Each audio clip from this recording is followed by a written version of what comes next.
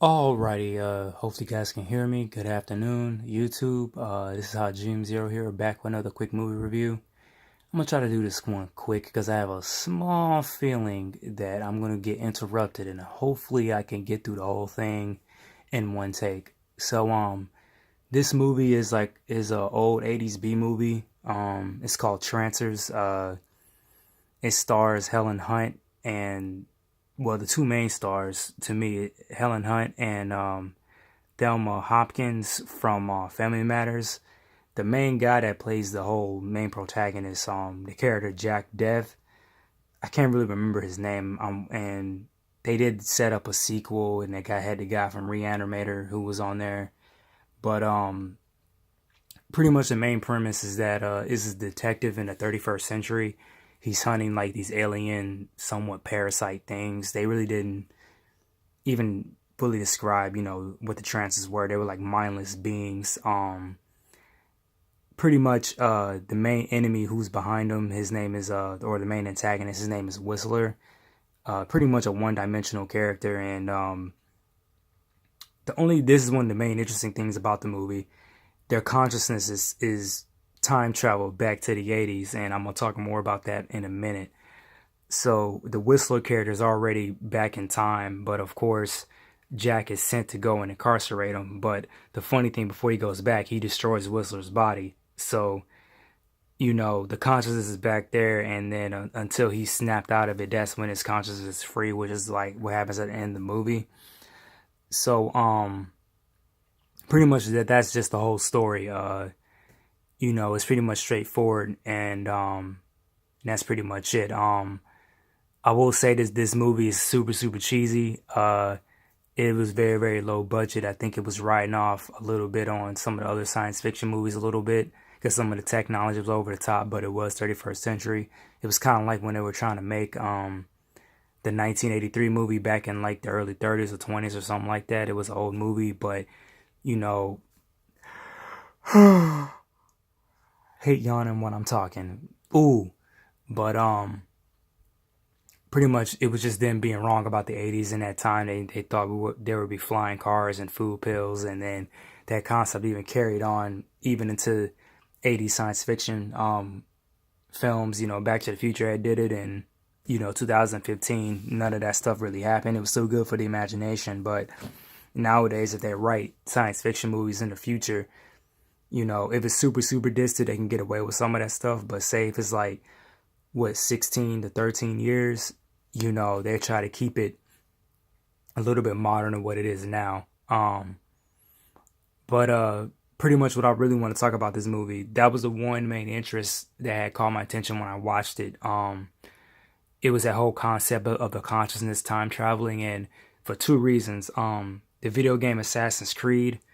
I'm not a big Assassin's Creed fan, but to anyone watching, if they ever played the game, they know that whole concept of, the dude's consciousness goes back in time to his greatest ascendant, and he's reliving all his memories.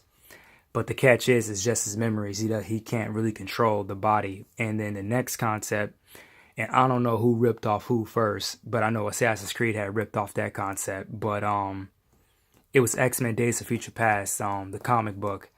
The comic book issue, I think it came out, it's either the 80s or the 70s, but this movie came out in the early 80s, so I don't know who ripped off what concept first.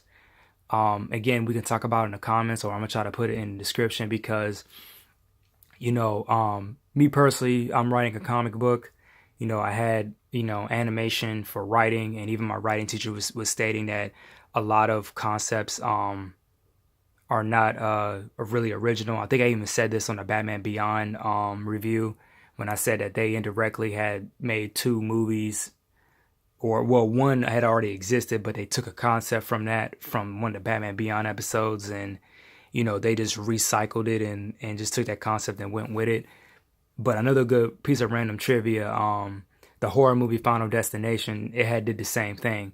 It was actually a failed episode idea that was supposed to be on the X-Files, but then when they realized that if they aired this, the only way it could really work is literally if the series is completely done, because if you're captured in Death's Toll, that means every single episode you could bite the dust and you can have visions, or someone can just do that and the whole thing will be convoluted. So I can see why they had dropped it. But it's just kind of funny how, stories like that really bounce around, and they get ideas from one off of the other. And like I said, that was one of the things that had piqued my interest, is how they did their time travel in this one. And one of the skew things on the rules was, of course, what happens to the body in the future if it's destroyed. Is the consciousness trapped in the past? Yeah, and then even with the main character, his body isn't destroyed, but he had a time limit of when he can go back home. Like, he had a couple of devices on him, even though to me that was kind of a plot hole. Like, how can you take something from the future and into the past? It just miraculously appeared. It's different on like the Terminator, where the whole body can go back, but it's just a body. No clothes or weapons can go back in time. So, at least they had some realness with their time travel. And of course, with X-Men Days of Future Past, they didn't take anything, Wolverine or Kitty Pryde, from both concepts of the comic and the movies and even the TV show. Well, Bishop did in the comic. In the TV show, he had a wrist bracelet though, and then when something happened to it, then he got sucked back into the future. Pretty much, this movie was decent. It even shocked me to see a very, very young Helen Hunt. And, it's kind of like when Jennifer Aniston had did the Leprechaun movie. It was such a low budget, and she doesn't like to talk about it and all that. But this is one of those gems. And even with Teresa Hopkins, I may have butchered her name, but the aunt from Family Matters is on this. And it was odd, too, because, of course, it was a few years before she got on the show, and ironically, she looks like one of our family members. So, that's how I really remember who she is. But, she just has a small role in this.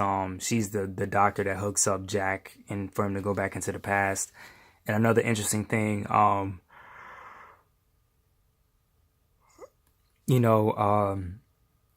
the descendant's body that he goes into, it looks just like him. I guess that was a cheap way for them to not recast somebody else. Yeah, but one of his partners, when he's sent back in time, his greatest descendant was a little girl, and it was just funny, that whole interaction, how would that work? And then she had hit him with some kind of dart, and then he jumped back to the future. He was constantly going back and forth. Well, in that moment he did. And then another thing, I was kind of curious, what happens to the original host's consciousness as well if it's being overtaken and Jack couldn't go home. It was just some of those odd questions I had with the whole time travel thing. But overall, this movie, I give it like a D plus. It has some plot points, and of course it is 80s. The good thing is that if they remake this movie, I think they'll make it a little bit more darker. I can see them turning this into a horror thing. It'll explore the trance, whatever the trancers are, as a parasite, mindless, voidless puppet. Again, there's a whole series on this. I think they made about like 4 more movies after this. Yeah, but that's all that's pretty much I have to say about the film. And I will catch you guys later. And I'm out.